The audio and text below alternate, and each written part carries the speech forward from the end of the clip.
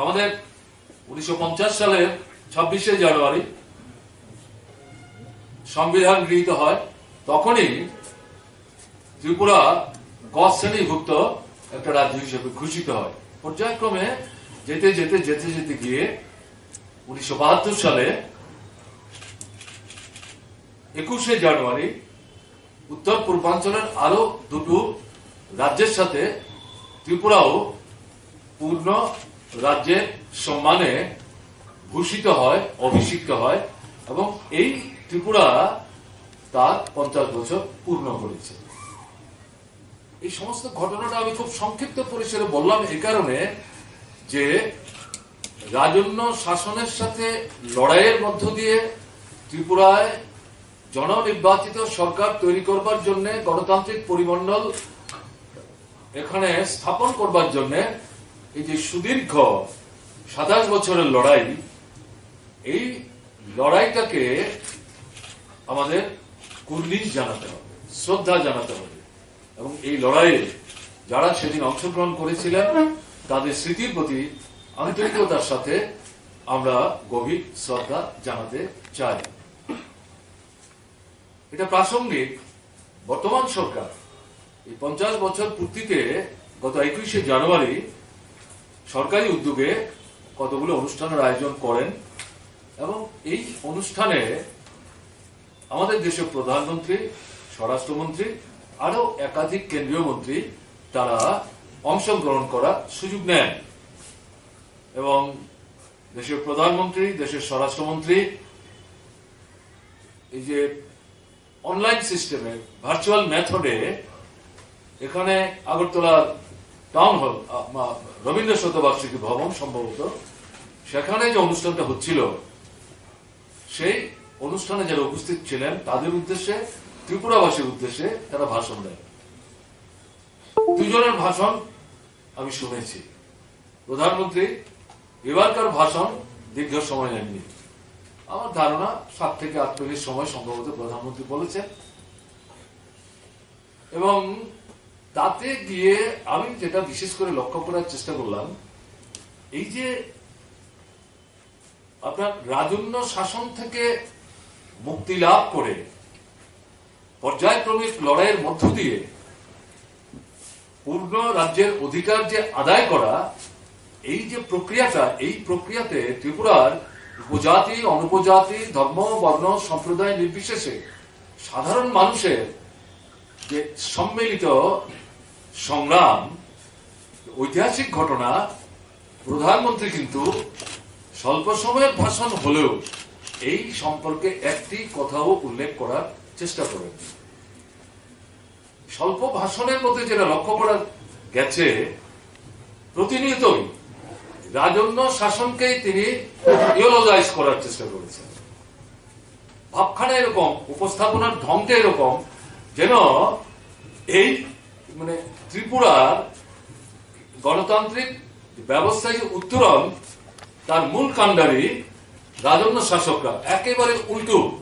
এটা হবে ইতিহাসের বিকৃতি এবং উদ্দেশ্যমূলকভাবে প্রধানমন্ত্রী তার স্বল্প সময়ের ভাষণে জন আন্দোলন, গণ আন্দোলন, জনগণের যে ভূমিকা, গণতন্ত্রের প্রতি যে তাদের দুর্নিবার আকর্ষণ, এটাকে চেপে রাখবার জন্য, পাশ কাটাবার জন্য রাজন্য শাসনকে সামনে আনার চেষ্টা করেছেন। এটা পেছনে তাদের একটা রাজনৈতিক উদ্দেশ্য কাজ করছে, এটা বললে অত্যুক্তি বলা হবে না। আর শ্রেণীগত ভাবে, রাজনৈতিক দৃষ্টিভঙ্গিগত দিক থেকে আরএসএস নিয়ন্ত্রিত বিজেপি যে রাজনৈতিক দল, তারা কোন শ্রেণীর স্বার্থের অনুসারী, এটা নতুন করে ব্যাখ্যা করার কোনো প্রয়োজন নেই। একচেটিয়া পুঁজি, যোদ্ধার, জমিদার, রাজা মহারাজা, তাদের সাথেই তো তাদের উঠা বসা, আলাপ আলোচনা, তাদের স্বার্থ রক্ষা করাই হচ্ছে তাদের মূল কর্মসূচি। সেদিক থেকে ত্রিপুরার গণ আন্দোলন, জন আন্দোলন, তাকে ধামাচাপা দেওয়া, খাটো করে দেখানো, পাশ কাটানো, এটা করবেন, আমি অন্তত তাতে বিশ্বাস প্রকাশ করিনি। এটা ত্রিপুরার মানুষকে আসলে এই যে সংগ্রামটা, মানুষের যে সংগ্রামী ভূমিকা, তাকে কিন্তু প্রধানমন্ত্রী অনুল্লেখ রেখে অসম্মানিত করার চেষ্টা করেছে। কিন্তু এভাবে তো ইতিহাসকে চেপে রাখা যায় না। জনগণের যে ভূমিকা তাকে কিন্তু চেপে রাখা যায় না। ইতিহাস কিন্তু আপনার খুব রূঢ়, ইতিহাস আপনার সত্যের প্রতিনিধিত্ব করে। যেই তাকে ধামাচাপা দেওয়ার চেষ্টা করুক না কেন, তারা কিন্তু বিস্মৃত হয়ে যাবেন মানুষের স্মৃতি থেকে, কিন্তু ইতিহাস উজ্জ্বল থাকবে, ভাস্বর থাকবে, ভাস্বর থেকে ভাস্বরতর হবে। তাই মাননীয় প্রধানমন্ত্রীর এই বক্তব্যের পরিপ্রেক্ষিতে আমার মনে হয়েছে এই কথাগুলো বলা দরকার। মাননীয় প্রধানমন্ত্রী শুনবেন কিনা আমি জানি না, কিন্তু দেশবাসী, ত্রিপুরার মানুষ, নবীন প্রজন্ম নিশ্চয়ই এগুলো শুনবেন। আমি যেটা লক্ষ্য করলাম, কিন্তু তারপরেও রাজন্য শাসন অব্যাহত ছিল, চলছিল। কিন্তু ভারতবর্ষের স্বাধীনতার সংগ্রাম এই 1947 আগে একটা বিশেষ পর্যায়ে উন্নীত হয়েছিল এবং সমস্ত দিক থেকে ব্রিটিশ শাসন মুক্ত ভারত চাই। তার প্রভাব ত্রিপুরাতে এসে পড়তে শুরু করে এবং ত্রিপুরার যারা উপজাতি অনুপজাতি অংশের গণতান্ত্রিক মানুষ তাদেরকেও প্রভাবিত করে, অনুপ্রাণিত করে, উজ্জীবিত করে। এবং জনশিক্ষা সমিতির তরফ থেকে শিক্ষার আন্দোলন শুরুর পাশাপাশি গণতান্ত্রিক শাসন ব্যবস্থা প্রতিষ্ঠার যে ভাবনা, যে চিন্তা, সেটা আসতে শুরু করে। এবং এটা স্বীকার করতেই হবে, ত্রিপুরার শেষ মহারাজা বীর বিক্রম কিশোর মানিক্য বাহাদুর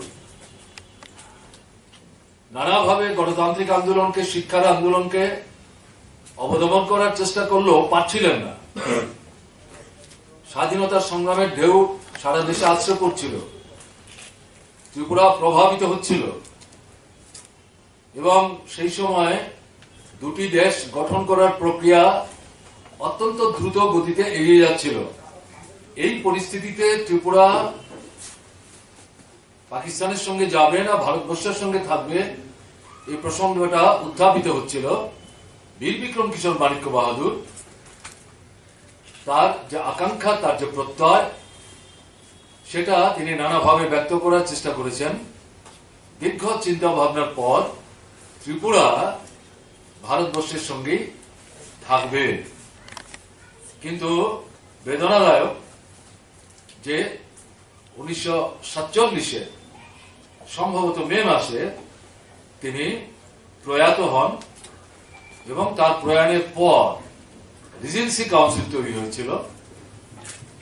তার যে মহারানী কাঞ্চনপ্রভা দেবী কাউন্সিলের চেয়ারম্যান হয়েছিলেন এবং স্বাধীনতা ঘোষণার আগেই, কয়েকদিন আগেই এই কাউন্সিলের পক্ষ থেকে রিজেন্সি মাতা ভারত রাষ্ট্রের সাথে ত্রিপুরা নিজেকে অঙ্গীভূত করতে চায় সেই ঘোষণাপত্রে স্বাক্ষর করেন। পরবর্তী সময়ে 1948 সালে এই কাউন্সিল ভেঙে দিয়ে সেখানে মহারানী কাঞ্চনপ্রভা দেবীকে রিজেন্ট করা হয় এবং তখনও ভাবনা চিন্তাটা এরকমই ছিল যে রাজন্য শাসনই চলবে। কারণ ভারতবর্ষের স্বাধীনতার পরেও প্রায় 665টি রাজন্য শাসিত রাজ্য ভারতবর্ষে ছিল, তার মধ্যে ত্রিপুরা অন্যতম। তো এদের সাথে তৎকালীন ভারত সরকারের আলাপ আলোচনা, কথাবার্তা এগুলি চলছিল। এরকম একটা প্রেক্ষাপটে দেখা যায় বিভিন্ন লেখালেখি থেকে গণতান্ত্রিক আন্দোলনের সামনে রাজন্দরের একটা অংশের ষড়যন্ত্রের ঘটনা ফাঁস হয়ে যায়।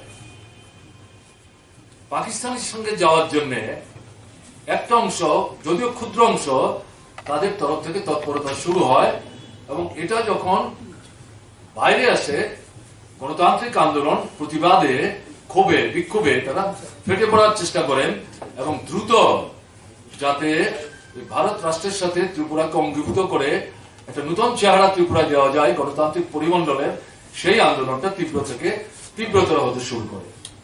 যাই হোক, এই অনুষ্ঠানে সময়টা প্রধানমন্ত্রী ছেড়ে দিয়েছিলেন স্বরাষ্ট্রমন্ত্রীর জন্য। স্বরাষ্ট্রমন্ত্রী তিনি বরাবরই আমাদের প্রধানমন্ত্রীর খুব ঘনিষ্ঠ এবং বিশ্বাসভাজন। তিনি যখন গুজরাটের মুখ্যমন্ত্রী ছিলেন, আমাদের এই অমিত শাহ তিনি গুজরাটের স্বরাষ্ট্রমন্ত্রী ছিলেন। এই দুই যুগল বন্দিতে গুজরাটে কি কি হয়েছে না হয়েছে ভারতবর্ষের মানুষ জানে, আমি সেগুলো উল্লেখ এখানে করতে চাইছি না।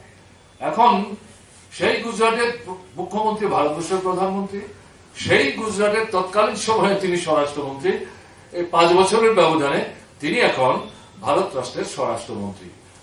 নির্ভরশীল লোক আমাদের দেশের প্রধানমন্ত্রী, তাকেই ছেড়ে দিয়েছেন সময়ের সিংহভাগ এই ত্রিপুরা আপনার পূর্ণ রাজ্যের অভিষিক্ত হওয়ার 50 বছর পূর্তি উপলক্ষে ভাষণ দানের জন্য। আমি এখানে এই ত্রিপুরার পূর্ণ রাজ্যে অভিষিক্ত হওয়ার ক্ষেত্রে অমিত শাহ প্রধানমন্ত্রীর বক্তব্যের বাইরে গিয়ে কিছু নূতন করে বলবেন, এটা তার কাছে প্রত্যাশিত ছিল না। স্বাভাবিক, আমি সেই নিয়ে যাচ্ছি না। এবং বক্তব্যটার ঢংটা এই ছিল রাজন্য শাসনের গুণকীর্তন করা। মানে ত্রিপুরায় যা কিছু হয়েছে, আপনার এই যে তাদের বিজেপি সরকার আসলো তার আগে অধিকাংশই রাজন্য শাসন হয়েছে, এভাবেই যেন বিশেষটাকে উপস্থিত করার চেষ্টা করেছে। বাস্তব ঘটনা কিন্তু তা না। যাই হোক, এখানে আমরা যেটা লক্ষ্য করলাম, আমাদের স্বরাষ্ট্রমন্ত্রী ত্রিপুরা সরকারের তৈরি করা লক্ষ্য 2047 এরকম শিরোনামে একটি দলিল তিনি এখানে জনগণের উদ্দেশ্যে উন্মোচন করলেন এবং তার বিষয়বস্তু সংক্ষিপ্ত পরিসর হলো ব্যাখ্যা করার চেষ্টা করলেন।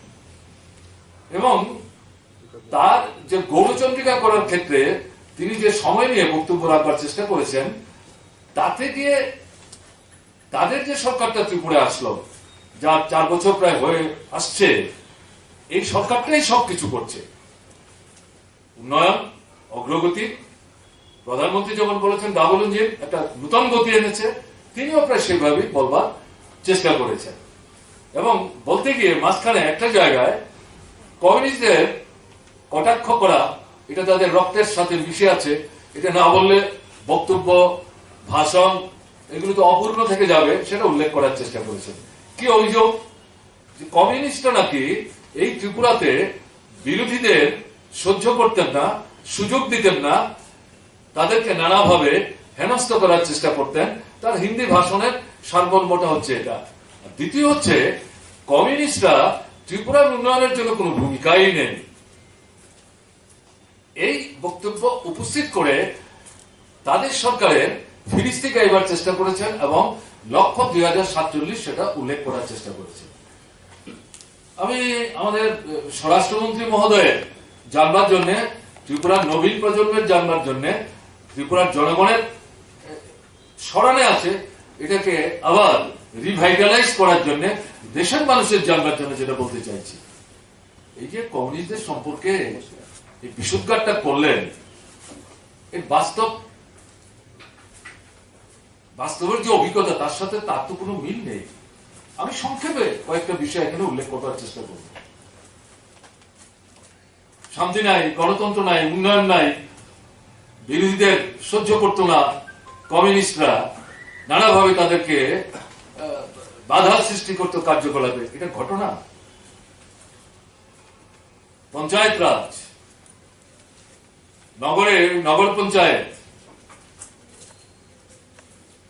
সমবায় আন্দোলন, সমবায় সংস্থা নির্বাচনের মধ্য দিয়ে, এবং প্রথম সপ্তম তফসিল, পরবর্তী সময়ে ষষ্ঠ তফসিল মোতাবেক ত্রিপুরা উপজাতি এলাকা স্বশাসিত জেলা পরিষদ, এগুলো কাদের সময় হলো? ত্রিপুরায় ব্লক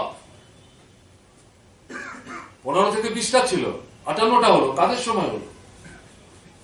মহকুমা 10টা ছিল, এখন 23টা হলো, কাদের সময় হলো? জেলা 1টা থেকে 3টা, তারপরে 3টা থেকে 8টা, কাদের সময় হলো? মানুষকে ক্ষমতায়িত করবার জন্য, প্রশাসনকে মানুষের দোরগোড়ায় নিয়ে যাওয়ার জন্য একদিকে গণতন্ত্রকে শক্তিশালী করা, গণতান্ত্রিক প্রতিষ্ঠানগুলিকে শক্তিশালী করা এবং জনগণকে ক্ষমতায়িত করবার জন্য এই যে কাজগুলো, এই কাজগুলো কিন্তু বামফ্রন্ট সরকারের সময়েই সুসংগঠিত হয়েছে। এটা বাদ দিয়ে জনকল্যাণে, রাজ্যের অগ্রগতিতে অন্য কোনো কর্মসূচি কেউ হাতে নিলেও তা কিন্তু বাস্তবিত করা সম্ভব হতো না। এর পাশাপাশি ত্রিপুরার উন্নয়নের জন্য বামফ্রন্ট সরকার যে বিষয়ের উপর অগ্রাধিকার দিয়ে একটার পর একটা কর্মসূচি হাতে নিচ্ছিলেন, তার মধ্যে প্রাধান্য কি দিয়েছিলেন অর্থনৈতিক উন্নয়নের ক্ষেত্রে কৃষি এবং কৃষি সঙ্গীয় যে বিষয়, তাতে মৎস্য চাষ, প্রাণী সম্পদ বিকাশ, বন সম্পদের বিকাশ থেকে শুরু করে আপনার ফল চাষ থেকে আরম্ভ করে সমস্ত বিষয়গুলি তার সাথে যুক্ত। ত্রিপুরার অর্থনীতির এটা ছিল মূল ভিত্তি। বামফ্রন্ট সরকার আসার আগের যে সরকারগুলো এর প্রতি কোন রকম নজরই তারা দেওয়ার চেষ্টা করেনি, কোন প্রকৃত পরিকল্পনাই ছিল না। এই জায়গাটা বামফ্রন্ট সরকার গুরুত্ব দেওয়ার চেষ্টা করে।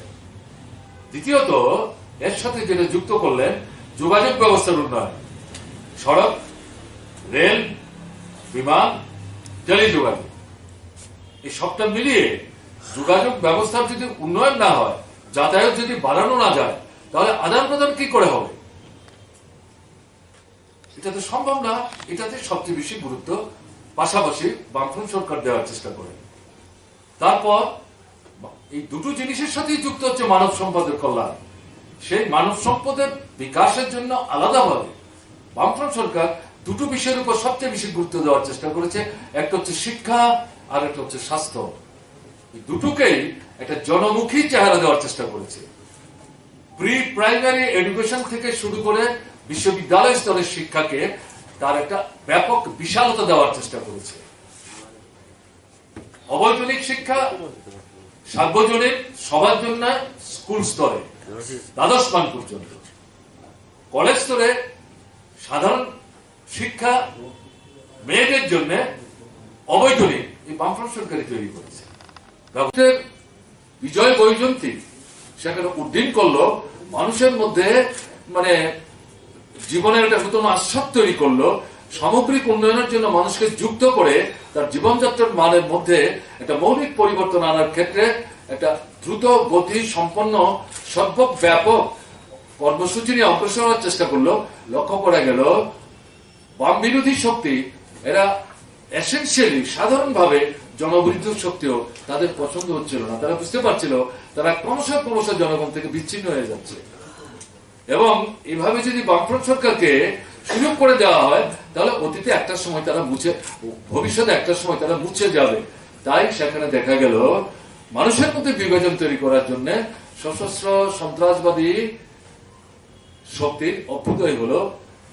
বিদেশি বিতাড়ন, স্বাধীন ত্রিপুরা, এই স্লোগান নিয়ে রক্তের হোলি খেলায় তারা মেতে উঠল। বিভাজনের বলিরেখা তৈরি করার চেষ্টা করল। উন্নয়নের যে কর্মসূচি তাকে নানাভাবে বিঘ্নিত করার চেষ্টা করল। একে মোকাবেলা করার জন্য বামফ্রন্ট সরকার শুধু নিরাপত্তা বাহিনীর উপর নির্ভর থাকলো না।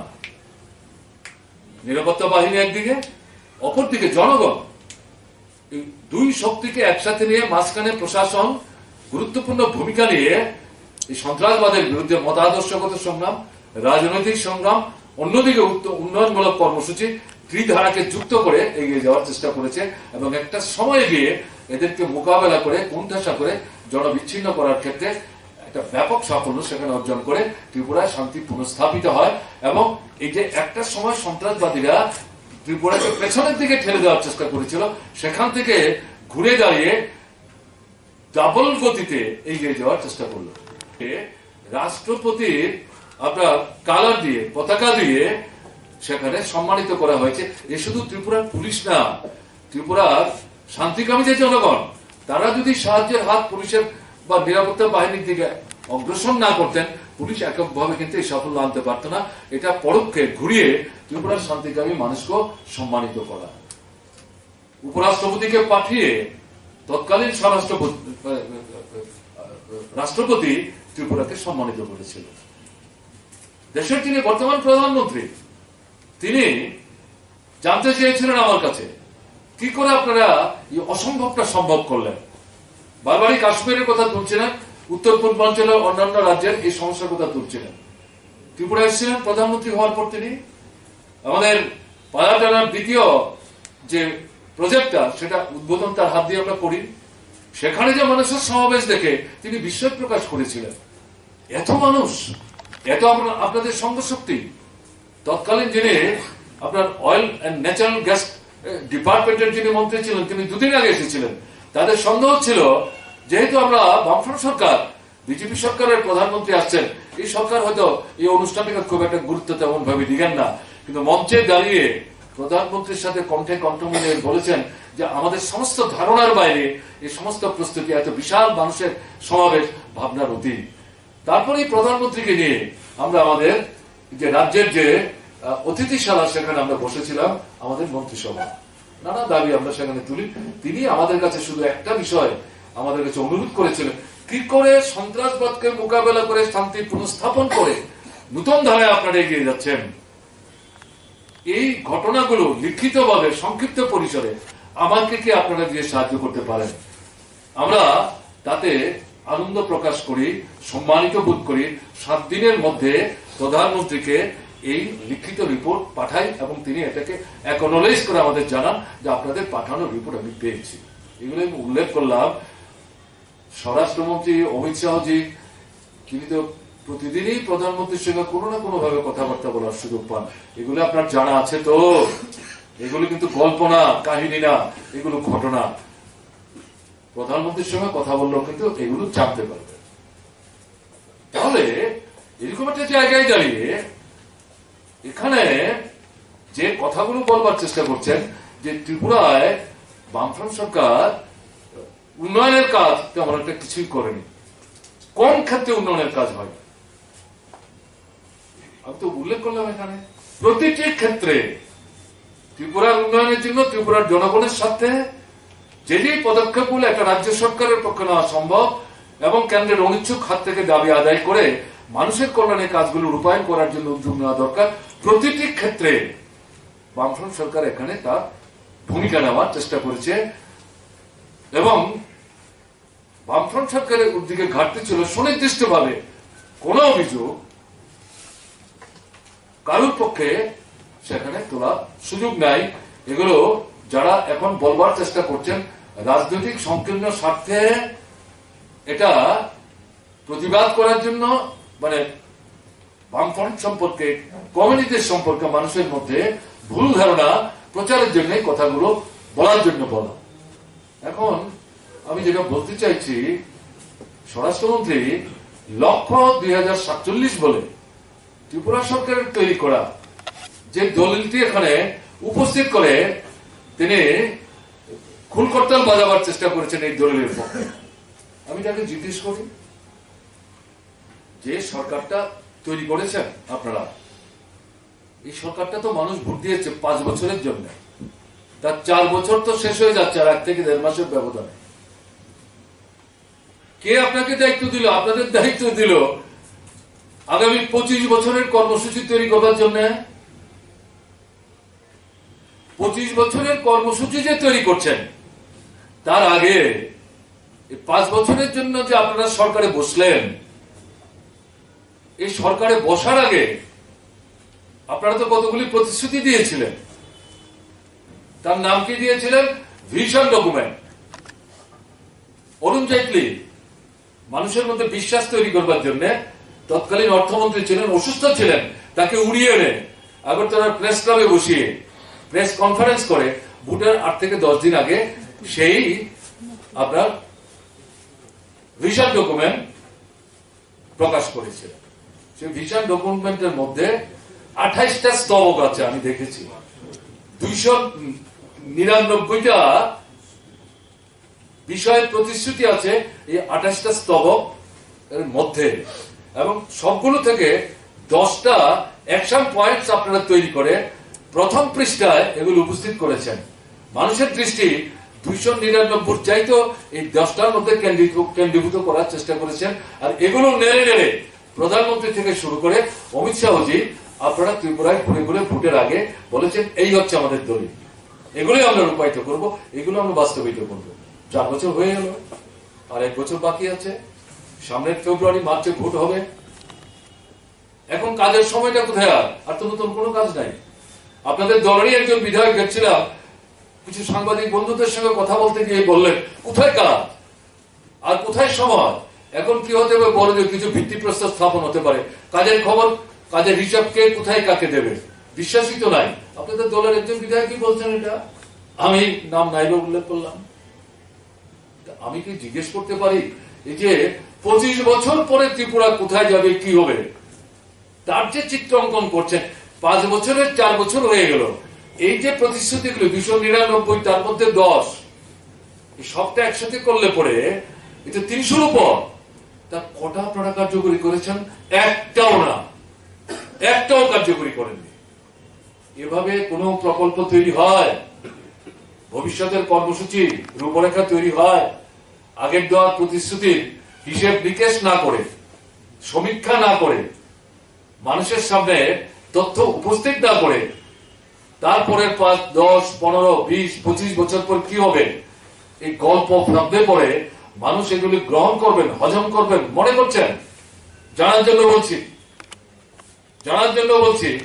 সময় 2017 থেকে 2022, এই 5 বছরের জন্য ত্রিপুরা সরকার কি কাজ করবে, আগাম তার একটা কর্মসূচি তৈরি করে 33 থেকে 34টা স্তবকে এখানে একটা প্রকল্প তৈরি করেছিলেন। কিন্তু মানুষকে প্রলুব্ধ করবার জন্য এই দলিল কিন্তু সরকার প্রকাশ করেনি।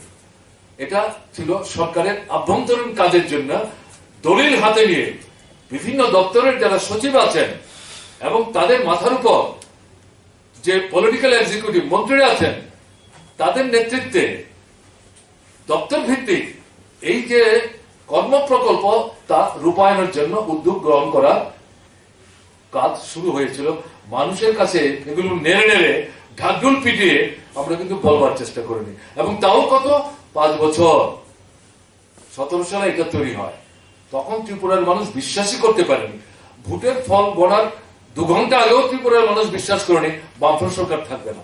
এরকম ভিত্তির উপর দাঁড়িয়েও বামফ্রন্ট সরকার কিন্তু আপনাদের মতো এই 25 বছরের কর্মসূচি তৈরি করেনি। এবং এই যে 5 বছরের কর্মসূচি তৈরি করেছিল, আমি অনুরোধ করব যদি সরকারের মানে এই যে তথ্যাদি সংরক্ষণ করার যে জায়গা আছে খুঁজে দেখবেন, এই দলিলের কপি পেলেও পেতে পারেন। যদি না পান আমাকে যদি অনুরোধ করেন, আমি একটা দলিল পেতে সাহায্য করব। দেখবেন তাতে 17 থেকে 22-এ বামফ্রন্ট সরকার এই 33 থেকে 34টা ভাগে দপ্তরগুলিকে ভাগ করে নিয়ে কাউকে বাদ রাখেনি। কি কাজ করতে চান করার আগে সেই দপ্তরের সেই বিষয়গুলিতে এই সময়ের মধ্যে বামফ্রন্ট সরকারের উদ্যোগে ত্রিপুরা কোথায় ছিল, কোথায় এসছে, কতটা সাফল্য এসছে, কোথায় ঘাটতি আছে, সেগুলো পূরণ করার জন্য 5 বছরে কি পদক্ষেপ নেবেন এগুলি উল্লেখ করেছে। আপনাদের দলীয় মধ্যে কিন্তু এগুলো কিছু নাই। আমি পড়েছি এটা, আপনাদের বক্তব্য যেমন আমি শুনেছি। এই মানে এটা আরেকটা ভীষণ ডকুমেন্ট। এখন মানুষকে বলছে, আপনারা এই শব্দ ব্যবহার করেছেন জুমলা, অর্থাৎ মানুষকে বোকা বানানো, প্রলুব্ধ করা, এগুলি কাজের কথা না, এগুলো ভোটের আগে ভোট পাওয়ার জন্য। তাহলে এটা আরেকটা জুমলা। কারণ ব্যাপারটা কি বুঝতে পারছেন? বারবারই মুখ্যমন্ত্রীর পিঠ চাপড়াচ্ছেন। এখন দেখলাম এবার এই আমাদের উপমুখ্যমন্ত্রীর নামও 1-2 বার উল্লেখ করবার চেষ্টা করেছেন। কেমন না যে এরকম মানে ত্রিপুরা নাকি উন্নয়নের মানে যে মানে জোয়ার চলছে তাতে ভেসে চলেছে, শান্তি এখানে মানে একটা সুস্থিতিশীল অবস্থা তৈরি হচ্ছে, গণতন্ত্রের পরাকাষ্ঠা চলছে। আমরা জিজ্ঞেস করতে পারি কিসের সাফল্য? এই যে 299 এবং 10টা আপনার অ্যাকশন পয়েন্ট, একটা ধরে ধরে বলতে পারেন যে অ্যাকশন পয়েন্টের এটা আমরা পূরণ করেছি, 299 এই পয়েন্টগুলো আমরা পূরণ করেছি। আমি তো বললাম একটাও না। ঘরে ঘরে সরকারি চাকরি কোথায়? 50,000 শূন্য পদ প্রথম বছরে কোথায়? সেভেন সেন্ট্রাল পে কমিশন কোথায়? ন্যূনতম মজুরি 340 টাকা, 2000 করে পেনশন, সোশ্যাল পেনশন কোথায়? 340 টাকা ন্যূনতম মানে রেগার মজুরিও 340, কোথায় এটা? যদিও 10 অ্যাকশন পয়েন্টসে রেগা 200 দিনের বলেননি, কিন্তু 299 মধ্যে এটা উল্লেখ করেছেন। কোথায় 200 দিন? এটা তো 50-এর নিচে চলে এসছে। শহরে 12, এটা 20-22-এর মধ্যে নেমে এসছে। তাহলে বিষয়টা কি? যারা অনিয়মিত কর্মচারী তাদেরকে নিয়মিত করার প্রতিশ্রুতি আপনারা দিয়েছিলেন, আমি এগুলো তো উল্লেখ করলাম। আপনি বলছেন এখানে শান্তি পুনঃস্থাপিত হয়েছে, গণতন্ত্র নিধন করে, বিরোধীদের কণ্ঠরোধ করে, তাদের অফিস বাড়ি মানে সেখানে আগুন লাগিয়ে, জ্বালিয়ে, পুড়িয়ে, খাক করে দিয়ে, তাদের নেতা নেতৃত্বকে খুন করে একের পর এক, হাত ভেঙে, পা ভেঙে, বুকের পাঁজর ভেঙে হাসপাতালে ভর্তি হতে বাধ্য করে, অথবা হাসপাতালে ভর্তি হতে না দিয়ে বাড়ি ঘরে আগুন লাগিয়ে তাদের বেঁচে থাকার জন্য অর্থনৈতিক যে কার্যক্রম সেগুলিকে ধ্বংস করে আপনারা যে বন্যোৎসব করছেন, এই নিজেদের পৈতৃক ভিটাবাটি ছাড়তে বাধ্য করছেন, রাজ্যান্তরিত হতে বাধ্য করছেন, এটার নাম শান্তি? এ তো শ্মশানের শান্তি বিরাজ করছে ত্রিপুরায়। আপনাদের এই সরকারটা আসার পর যেই সরকারের মুখ্যমন্ত্রী পিঠ চাপড়ে, পিঠ বাজিয়ে কথা বলছেন, তাকে জিজ্ঞেস করুন না। সাহস আছে বুকে হাত দিয়ে বলতে পারেন আপনাদের এই সরকারটা আসার পর থেকে পঞ্চায়েত, নগর, এডিসি, লোকসভা নির্বাচন, সর্বশেষ যে নগরের নির্বাচন, মানুষ ভোট দিতে পেরেছেন? মানুষ তো ভোট দিতে পারেনি। মনোনয়নপত্র জমা দিতে দেননি বিরোধীদের।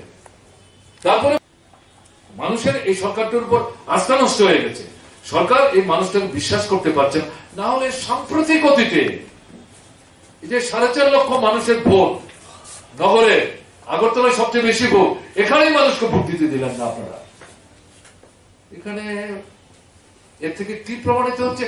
এই সরকারটাকে আবার স্নো আলতা পাউডার লাগিয়ে উপস্থিত করবার জন্য আর কয়েক মাস পরে ভোট চাইতে যেতে হবে, যাতে মানুষ তার দিকে পিঠ দেখাতে শুরু করছে, একটু ঘুরিয়ে মানুষকে দাঁড় করানো যায় কিনা তার চেষ্টার জন্য এই অন্তহীন প্রচেষ্টা, এই প্রচেষ্টায় সাফল্য আসবে না।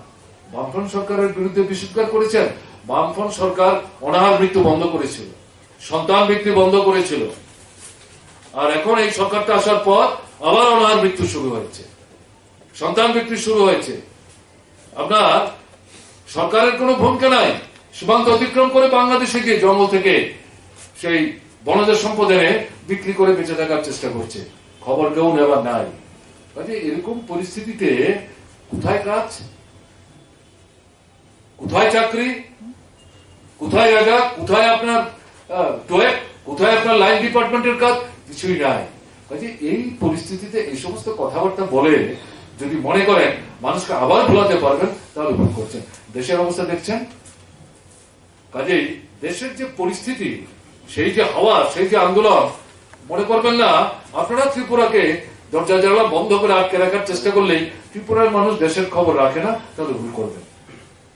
দেশের মানুষের আন্দোলন যেমন ত্রিপুরাকে প্রভাবিত করছে, এই প্রতিকূলতার মধ্যে, ফ্যাসিস্ট সন্ত্রাসের মধ্যে ত্রিপুরার মানুষ কিন্তু ঘর থেকে বেরিয়ে মানুষের সাথে আপনাদের স্বৈরাচারী কাজের বিরুদ্ধে প্রতিবাদ মুখর হওয়ার চেষ্টা করছে, এই কোভিড বিধি মেনেই।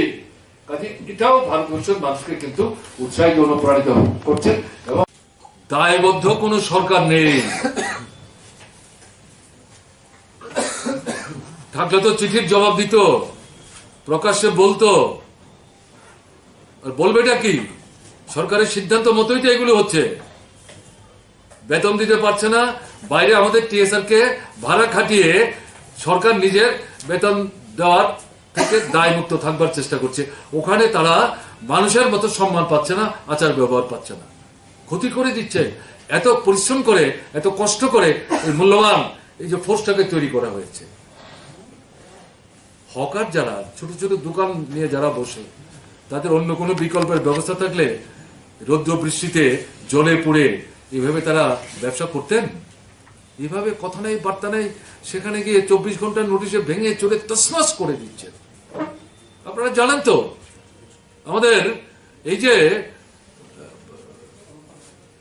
মন্ত্রীদের কোয়ার্টার গুলোর সামনের যে রাস্তা, পুরনো যে বা এখনকারও যে বিধায়কদের আবাস, তার সামনে 5-6জন ছোট ছোট দোকান নিয়ে বসেছিলেন। এগুলো ভেঙে চুরে তুস্তস্কি করেছে। কানতে কানতে মেয়ের মা বলছিলেন মিডিয়ার সামনে, আরে এটাতে বিক্রি করে যে টাকা, সেখান থেকে প্রতিদিন 100 টাকা আমার ঋণ পরিশোধে দিতে হয়। আমার মেয়েটা স্কুলে পড়ে, তার স্কুলের পড়া ঠিক মতো হয় না, প্রাইভেট মাস্টারের টিউশনির টাকা এখান থেকে দেয়। এখন আমি কি করে চলবো? জবাব পেয়েছেন আপনারা, আপনারাই দিয়েছেন এগুলো। আপনারা জবাব কোথায় পাবেন? আপনারাই তো আক্রান্ত হচ্ছেন। এখন বলছে সুশাসন চলছে। স্বরাষ্ট্রমন্ত্রী জানেন 35 থেকে 40 জন সাংবাদিক আক্রান্ত হয়েছে, মিডিয়া হাউসগুলি আক্রান্ত হচ্ছে, পুলিশ আক্রান্ত হচ্ছে, ডাক্তার ইঞ্জিনিয়ার আক্রান্ত হচ্ছে, অফিসার আক্রান্ত হচ্ছে, নার্স প্যারামেডিক্স আক্রান্ত হচ্ছে, ব্যবসায়ী আক্রান্ত হচ্ছে, ঠিকাদার আক্রান্ত হচ্ছে। সুশাসন কোনো কৈফিয়ত দেয়? কোনো জবাবদিহি আছে? প্রতিদিন লাশ পাওয়া যাচ্ছে, কঙ্কাল পাওয়া যাচ্ছে, কোনো কিনারা হচ্ছে না। কিসের কিনারা? পুলিশ এখানে আমি দেখলাম আমাদের স্বরাষ্ট্রমন্ত্রী বগল বাজিয়ে বলছেন এখানে কি আপনার নেশামুক্ত ত্রিপুরা করবেন। নেশামুক্ত ত্রিপুরা তো ভেসে যাচ্ছে নেশায়।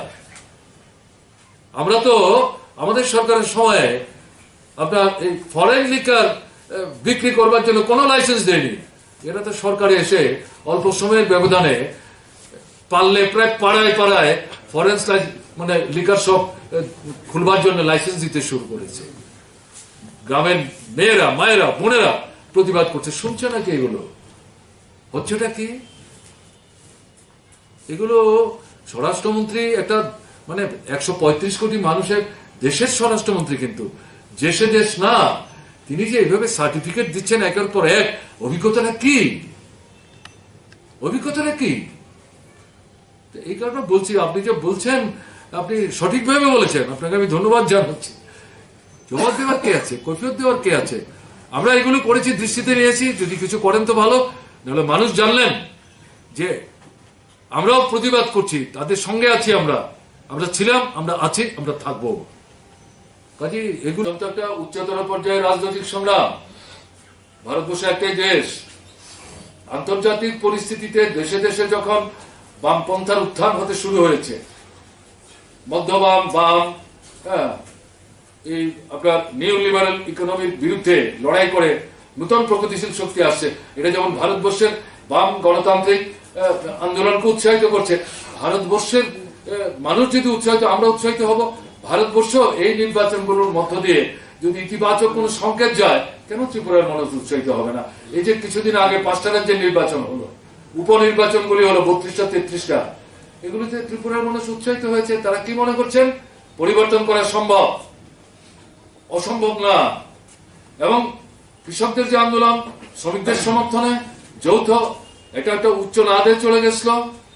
সেখানে বুক ফুলিয়ে যেখানে এটাকে উপেক্ষা করার চেষ্টা হয়েছিল, 1 বছরের ধারাবাহিক আন্দোলনের মধ্য দিয়ে প্রমাণ করে দিয়েছেন, জেদ থাকলে, দৃঢ়তা থাকলে, ঐক্য থাকলে, মানুষের সমর্থন থাকলে অসম্ভবকে সম্ভব করা যায়। কাজে এটা কেন্দ্র লুটপাট করার চেষ্টা করেছেন এর আগে নির্বাচনে কোনো কোনো জায়গায়। এই সমস্ত কথাবার্তা বলছেন। একদলীয় শাসন কায়েম করার চেষ্টা করছেন। অন্য কোন দল এখানে যাতে আন্দোলন সংগ্রাম কথা বলতে না পারে। আর কথা বলবে কার কাছে? শোনার লোক কোথায়? শুনতেই তো কেউ চাইছেন না। এই পরিস্থিতিতে দাঁড়িয়ে স্বরাষ্ট্রমন্ত্রী, আপনি যে সরকারের পিঠচাপে বাধা দেওয়ার চেষ্টা করেছেন, আপনার বক্তব্য, প্রধানমন্ত্রীর বক্তব্য ত্রিপুরার মানুষের অভিজ্ঞতার সাথে কিন্তু মিলছে না। আপনারা মনে করবেন না আপনারা যা বলবেন বললেই ত্রিপুরার মানুষ এগুলো গ্রহণ করবেন। মোটেই কিন্তু ঘটনা তা না। মোটেই কিন্তু ঘটনা তা না। আর এই যে আপনার মানে লক্ষ্য 2047, তাতে আমি দেখলাম এখানে আর আগেরটার মতো 28 স্তবক না 6 স্তবকে উল্লেখ করার চেষ্টা করেছে। আর তাতে বলা আছে 251টা বিষয়। এক লাইন করে বলেছেন। কি করে করবেন, কিভাবে করবেন, এই প্রশ্ন আগে কি করেছেন, 4 বছরে কি করেছেন আমি আগে উল্লেখ করলাম। কোনো কথাবার্তা নাই। এগুলো মাথায় নিয়ে হাঁটবে ত্রিপুরার মানুষ মনে করেছেন? এগুলো মাথায় নিয়ে ত্রিপুরার মানুষ হাঁটবে না। ধোয়া তুলে তারা নৃত্য করবে মনে করবেন না। মানুষ কিন্তু ঘরে ঘরে প্রস্তুতি নিতে শুরু করেছে। তারা বলতে শুরু করেছেন খাল কেটে কুমির এনেছি, নিজেদের পায়ে নিজেরা কুড়ুল মেরেছি, সর্বনাশ করেছি। ভেবেছিলাম হাঁসের পেট কাটলে পরে অনেকগুলো সোনার ডিম পাওয়া যাবে, আগে একটা করে পেতাম, পেট কেটে অনেক ডিমের আশায় হাঁসটাকে মেরে ফেললাম, এখন নিজেদের অস্তিত্ব বিপন্ন, পিঠ দেয়ালে ঠেকে গেছে। এই পরিস্থিতিতে দাঁড়িয়ে মানুষ প্রস্তুতি নিচ্ছেন, হিসেব নিকেশ মিলাচ্ছেন, অপেক্ষা করুন, সময় আসবে মানুষ হিসেব মিলিয়ে নেবে। কোভিড বলেছেন, লজ্জা করেন আপনাদের। ত্রিপুরা সরকারের গুণকীর্তন করার চেষ্টা করেছেন। দেশে তো কোভিডে চূড়ান্ত ভাবে ব্যর্থ, ত্রিপুরা আরো ব্যর্থ। আরে এখন তো ওমিক্রন চলছে, এটা পরীক্ষা করবার জন্য একটা যন্ত্রণাই ত্রিপুরায়। প্রধানমন্ত্রী সে চলে গেলেন, 15 থেকে 17 দিন হয়ে গেল, এই যন্ত্রটা এখন পর্যন্ত পাঠানোর ব্যবস্থা করতে পারেননি। কি বলছেন এই সমস্ত কথা? হাসপাতালে যায় না, সরকারি হাসপাতালে মানুষ যায় না, ভয়ে ভীত সন্ত্রস্ত। বলছে হাসপাতাল তো নরককুণ্ড হয়ে গেছে, ডাক্তার নাই, নার্স নাই, প্যারামেডিক্স নাই, ওষুধ নাই। আপনার এই যে ডেল্টা যখন আক্রমণ বাড়লো তখন শ্বাসকষ্ট, কত মানুষ মারা গেছেন, এই অক্সিজেন দেওয়ার জন্য ব্যবস্থা নাই। কি সমস্ত কথাবার্তা বলছেন? পরীক্ষা ঠিক মতো হচ্ছে না, চিকিৎসার পরিবর্তে এখন তো বলা হচ্ছে বাড়িতে থাকুন। হাসপাতালের লোকদের সঙ্গে যারা এগুলো পরীক্ষা নিরীক্ষা করছে তাদের সঙ্গে যাদের পজিটিভ পাওয়া যাচ্ছে তারা যখন ফোন করে বলছেন কি ওষুধ খাবো, বলছে ওষুধ লাগবে না। কারণ তারা এই কথা বলছেন কেন? তারা মনে করছেন বললে পরে বলবো তাহলে কি হাসপাতালে পাঠাবে এই ওষুধ দেওয়ার জন্য, দিচ্ছেন না। এই যে মারা গেলে পরে 10 লক্ষ টাকা করে দেবেন বলেছিলেন, এখন তো মুখ্যমন্ত্রী কথাই বলছেন না, একজনও 10 লক্ষ টাকা পাননি। আর আপনি এখানে এসে পিঠ বাজাচ্ছেন, খুলকর্তাল বাজাচ্ছেন। আপনি মনে করছেন প্রধানমন্ত্রী আপনি দুজনে মিলে আপনারা এই ভার্চুয়াল সিস্টেমে এই 4 দলের মধ্যে নিজেকে আবদ্ধ রেখে অনলাইনে যা বলছেন সব ভারতবর্ষের মানুষ গণদমন করছেন, দিনকে রাত রাতকে দিন করে যা বলবেন তাই মানুষ গ্রহণ করবে। ভারতবর্ষের মানুষ এত বোকা না, ত্রিপুরার মানুষকে কিন্তু বোকা ভাবলে ভুল করবেন। যেটা আমি বললাম, মানুষ কিন্তু প্রস্তুতি নিতে শুরু করেছে। তাই